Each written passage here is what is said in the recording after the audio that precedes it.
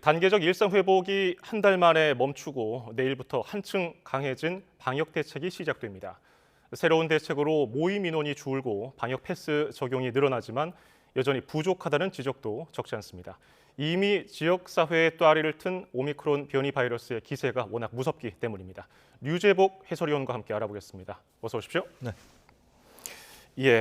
단계적 일상 회복 계획에 따르면 원래 12월 중순인 다음 주부터 2단계가 시작됐어야 하는데 흐름은 정반대로 가고 있습니다. 내일부터 시작되는 특별 방역 대책 핵심 내용부터 알려주시죠.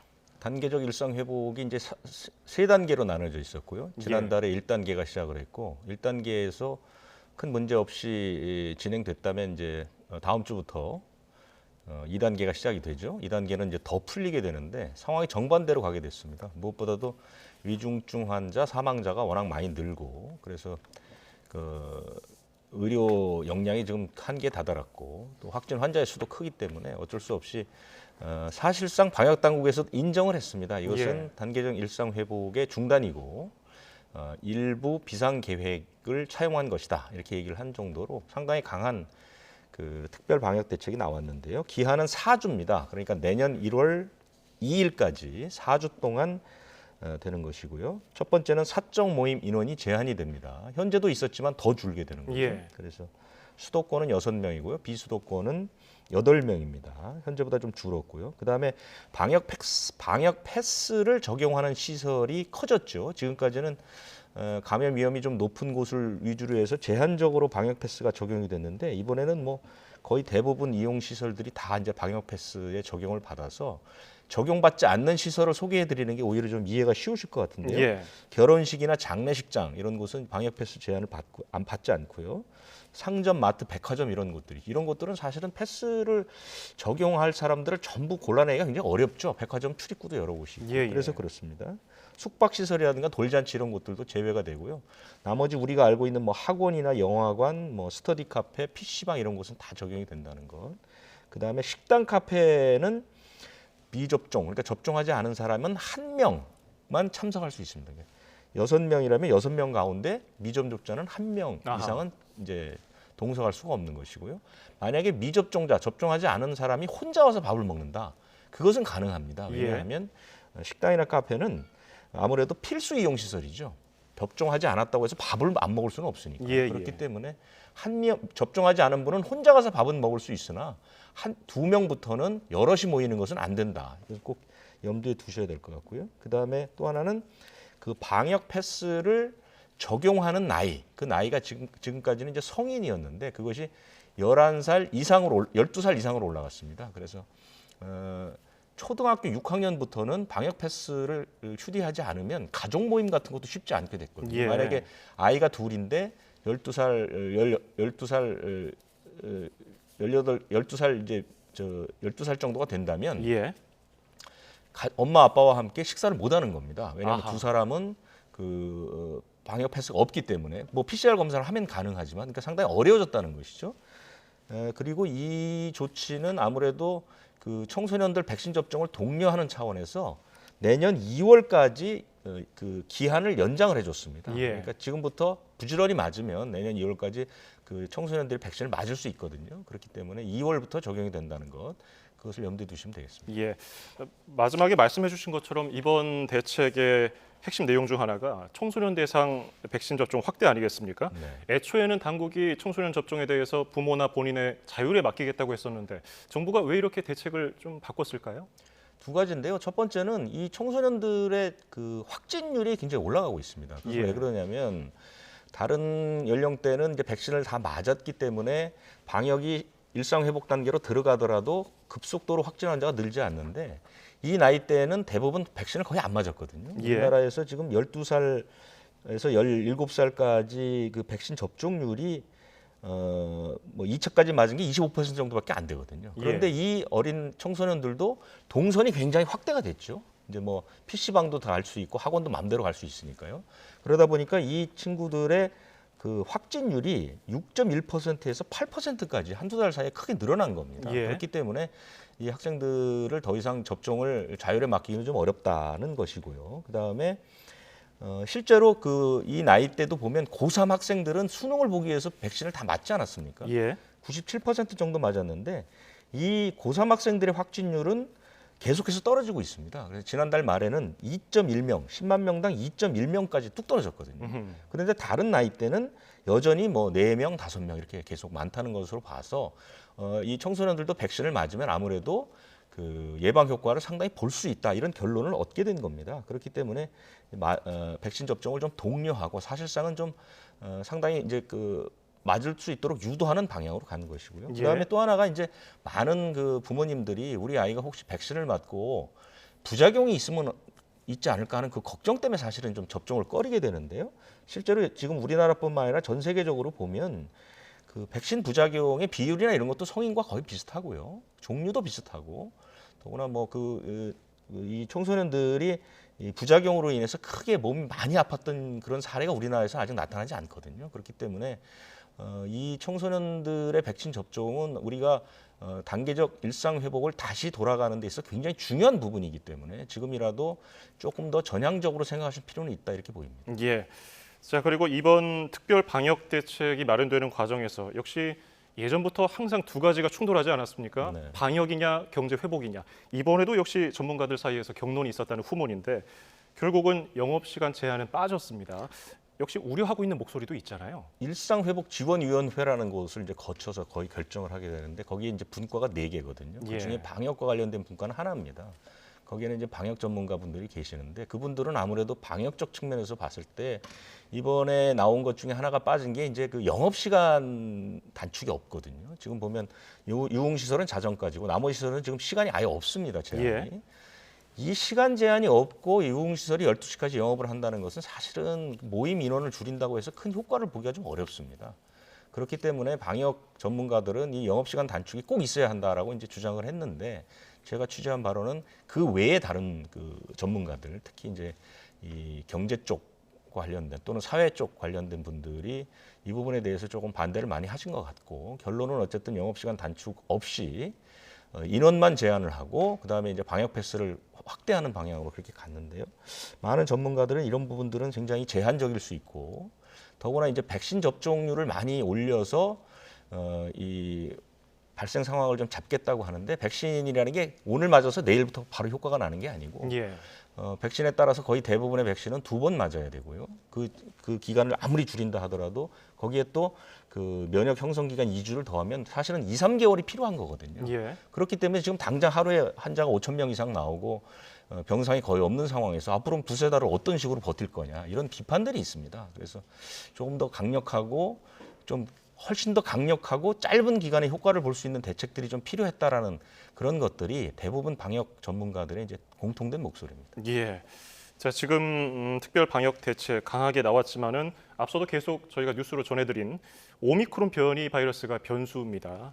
감염된 사람이 3명이 더 늘어서 모두 12명이 됐죠. 그렇습니다. 우리나라가 아마 전 세계에서 미국 다음으로 오미크론 지역 감염이 빠른 나라에 속할 거고요. 예. 첫 번째 환자도 우리는 1명, 2명이 나온 게 아니라 한 번에 5명이 나오지 않았습니까? 그것은 아무래도 이제 오미크론 변이는 이미 우리 지역 사회에서 N차 감염을 일으켰다. 예를 들자면 첫 번째 확인된 분들이 이제 아프리카를 다녀온 목사 부부죠. 예. 그 부부가 그 공항에서 집으로 올 때 도와줬던 그 우즈베키스탄 30대 남자, 그 남자를 통했고, 그 다음에 그 목사 부부의 아들, 자녀가 또 감염이 됐고요. 그 다음에 우즈베키스탄 남성의 부인과 장모, 지인, 그리고 그 지인의 교회의 지인, 뭐 이런 식으로 직장 동료 이런 식으로 해서 이미 5차에서 6차 감염이 일어났다는 것이거든요. 이것이 N차 감염이 차수를 더해가면서 마치 뿌리가 이어나가듯이 이제 좌우로 쫙 퍼지게 됩니다. 예. 그래서 지금 밀접 접촉자만 552명으로 포함되어 있거든요. 그러니까 굉장히 그 감염이 광범하게 퍼졌을 가능성이 굉장히 높고 이 오미크론 변이는 델타 변이보다 전파력이 2배에서 2배 반 정도 빠르다는 그런 결과들이 있거든요. 그것은 뭐냐면 보통 우리가 이 코로나19 바이러스에 감염이 되면 잠복기라는 게 한 3, 4일 있었다고 얘기를 했고 델타 변이는 그것이 2, 3일 정도로 줄었는데 예. 오미크론은 하루 이틀 사이에 전파될 가능성이 있다는 얘기거든요. 그렇게 되면 지금 굉장히 많이 퍼져 있을 가능성을 배제할 수 없다. 이렇게 생각합니다. 예. 이 집단 감염과 변이 확인 과정에서 인천에 있는 교회가 또 핵심으로 꼽히고 있잖아요. 이 변이가 확인된 사람 대부분이 이 교회와 관련돼 있는 데다가 앞서서 밀접 접촉자는 500여 명이 넘는다고 하셨는데 접촉자가 1,000명이 넘는다는 얘기도 그렇습니다. 있더라고요. 그게 이제 그 24일에 그 입국을 했잖아요. 예. 입국을 하고 이 부부가 이제 거짓말하지 않았습니까? 그 우즈베키스탄 그분이 이제 운전을 도와서 접촉을 했는데 그 부분을 숨겼단 말이죠. 그래서 이 우즈베키스탄 남성이 29일에야 확진 판정을 받았습니다. 예. 그렇기 때문에 닷새 동안 이 그 우즈베키스탄 그 남성이 뭐 교회 예배도 받습니다. 28일에 예배도 받고 지역 사회를 많이 돌아다녔죠. 뭐 치과 병원도 다니고 마트도 다니고 사람도 많이 만났거든요. 그러다 보니까 이 사람들의 초기 역학 조사가 이루어지지 않았던 것이죠. 그렇기 때문에 지금 계속해서 확진 환자도 늘지만 오미크론 확인자들이 대부분 다 그 교회를 중심으로 나타나고 있거든요. 그렇기 때문에 지금 그 검사 대상자만 1,088명, 밀접 접촉이 552명이고 하루가 멀다 하고 계속해서 오미크론 확진 환자가 나오고 있습니다. 예. 굉장히 큰 문제고요. 더 큰 문제는 이 교회는 대개 외국인들 신자가 많습니다. 그리고 그때 28일에 열렸던 그 집회도 러시아 집회라고 해서 아하. 러시아와 중앙아시아의 그 국적을 가진 분들이 모이는 그런 그 집회거든요. 이 우리나라에 있는 외국인들은 불법 체류하시는 분들을 포함해서 접종률이 우리 내국인보다 훨씬 적습니다. 50%가 안 됩니다. 예. 그렇기 때문에 지금 확진된 분, 이 교회 안에서 확진된 분들도 거의 대부분이 접종하지 않은 분들이거든요. 그렇기 때문에 전파 속도는 훨씬 빠를 수 있고 더 많은 사람들이 감염이 되고 오미크론의 변이가 확인될 가능성이 매우 높다 이렇게 보입니다. 예, 앞서 위원께서 말씀하신 대로 지금 당장 백신 접종을 그분들이 맞는다고 하더라도 바로 효과가 나타나는 게 아니기 때문에 그렇습니다. 전파가 참 걱정입니다. 지금 오미크론 변이의 정체에 대해서 세계 각국이 연구를 벌이고 있는데 어쨌든 정확하지는 않지만은 전파력은 엄청나다는 사실 밝혀졌습니다. 남아프리카 공화국은 오미크론 변이가 처음으로 확인됐는데 일주일 전보다 그 확진 환자가 6배 반이 늘었어요. 그렇습니다. 뭐 사실은 뭐 일주일 만에 6.5배인데요. 예. 한 달로 따지면 한 50배 정도가 늘은 것이죠. 200명 수준에서 지금 16,000명까지 늘었으니까 엄청나게 늘었죠. 이것이 지금 더 큰 문제는 뭐냐면 확진 환자가 늘어나는데 그 확진 환자들의 그 유전자를 분석해 보니까 75에서 80%가 오미크론 감염이라는 거죠. 예. 그러니까 이미 남아공은 오미크론 변이 바이러스가 우세종이 됐을 가능성이 매우 높습니다. 그런데 그 외에 나머지 국가, 지금 전 세계 30여 개 국가에서 지금 오미크론 확진 그 바이러스가 확인되고 있는데 이분들이 다 이 남아프리카 공화국 또는 그 주변 아프리카 남부 지역을 여행했던 사람들을 통해서 움직이고 있거든요. 거기다가 미국, 유럽, 우리나라를 포함해서 많은 나라가 지역 사회에서 전파가 확인되고 있습니다. 예. 그렇기 때문에 델타 변이의 추세를 놓고 보면 조만간 그 전 세계에서 이 오미크론이 우세종이 될 가능성은 굉장히 높아졌다 이렇게 볼 수 있는 것이고 그 또 하나는 뭐냐면 이제 증상은 근데 좀 경미하더라 예. 이런 얘기가 나오죠. 그거는 이제 그 하우탱주라고 해서 남아프리카 공화국에서 그 가장 그 인구가 많은 곳이고 이번 그 오미크론 변이 바이러스가 가장 많이 나왔던 그 주인데요. 그 주의 환자를 보니까 환자 발생을 동일하게 한 9,000명 정도로 놓고 봤을 때 한 달 전에 입원 환자의 10분의 1 정도밖에 입원을 하지 않더라. 아하. 이런 이제 결과가 나왔거든요. 예. 그래서 이 오미크론 변이 바이러스가 전파 속도는 매우 빠르지만 중증화율 그러니까 치명률이나 이런 것들은 조금 떨어지지 않느냐 뭐 이런 얘기가 나오는데 사실 저는 약간 섣부른 판단이다. 왜냐하면 오미크론 변이 바이러스의 정체가 아직 밝혀지지 않은 데다가 남아프리카 공화국은 우리와 완전히 다릅니다. 우선 남아프리카 공화국의 60세 이상 비율은 매우 낮습니다. 우리처럼 뭐 20%가 아니고 5% 미만입니다. 그러니까 연세가 많은 분들이 그만큼 적다는 얘기고 대부분의 이 코로나19 바이러스에 감염되면 그 연령에 따라서 연령이 높을수록 이제 위중증이라든가 사망률이 높아지니까 그것을 다른 나라에 비교하기는 좀 어려운 것이고 또 하나는 남아프리카 공화국은 백신 접종률이 40%가 안 됩니다. 예. 성인을 놓고 봐서 전체로 보면 더 떨어지고요. 그렇기 때문에 다른 나라 지금 우리가 관심을 갖고 있는 비교적 접종률이 높은 이런 나라와 고령층이 많은 나라하고 직접 비교하기 좀 어렵습니다. 그렇기 예. 때문에 이 오미크론 변이의 그 독성 그것은 조금 더 지켜봐야 된다 이런 예. 생각을 하고 있습니다. 지금 전 세계적인 뭐 접종률, 남아공 접종률도 말씀해 주셨는데 전 세계에서 사용된 백신이 80억 회분이 넘는데 아직까지 국민 중에 한 명도 안 맞은 나라가 있다는 거 아니겠습니까? 그렇습니다. 이렇기 때문에 오미크론 같은 변이를 도대체 막을 수가 있느냐 이런 네. 의구심이 들더라고요. 그러니까 이 변이 바이러스라는 게 이제 그 나타나기 쉬운 조건이 있거든요. 그 예. 조건은 뭐냐면 백신 접종률이 낮고 그다음에 확진 환자가 많은 곳. 그런 곳은 사실상 바이러스가 변이를 일으키기 굉장히 좋은 조건이라고 이렇게 얘기를 합니다. 그래서 예. 이번에 그 아프리카 지역에서 이 오미크론 변이 바이러스가 나온 이유도 그 남아프리카 남부 지역이 인구 밀도로는 어느 정도 있는데 백신 접종률은 낮고 그다음에 그 지역 사회에서 이 그 확진 환자의 수가 급격히 늘어나면서 변이 바이러스가 나타난 거거든요. 예. 지금 우리가 알고 있는 세계 우려 변이 바이러스는 다 그런 특징들을 갖고 있습니다. 그런데 지금 다른 나라, 이른바 이제 선진국이라는 곳은 백신 접종률이 80%, 90%까지 이제 되는 나라들이 많거든요.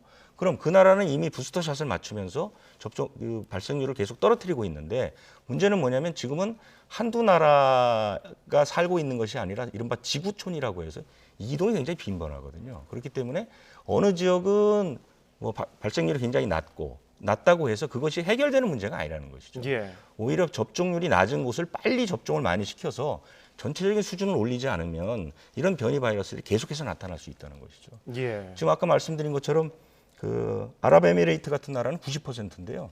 북한하고 에리트레아라고 이제 아프리카에 있는 나라인데 백신 접종을 한 사람이 한 명도 없습니다. 아하. 아프리카 대부분 나라 10% 미만이고요. 그러니까 이런 식으로 지역별로 차등을 두고 더구나 시간이 갈수록 백신 민족주의나 지역주의가 기승을 부리게 되면 코로나19 사태를 진정시키는 데는 전혀 도움이 되지 않는다. 이런 것들이 전문가들의 공통적인 분석입니다. 예. 오미크론 변이가 백신의 면역 기능을 회피한다는 일부 연구 결과가 나오고 있지 않습니까? 그래도 추가 접종인 부스터샷만큼은 효과가 있다는 주장도 있습니다. 그래서 방역 당국도 부스터샷을 맞아달라고 계속해서 권고하고 있는 건데 네네. 그런데 국민 여러분도 아마 궁금해하시는 분들 계실 것 같아요. 부스터샷을 그럼 뭘 맞아야 효과가 제일 좋을까? 네.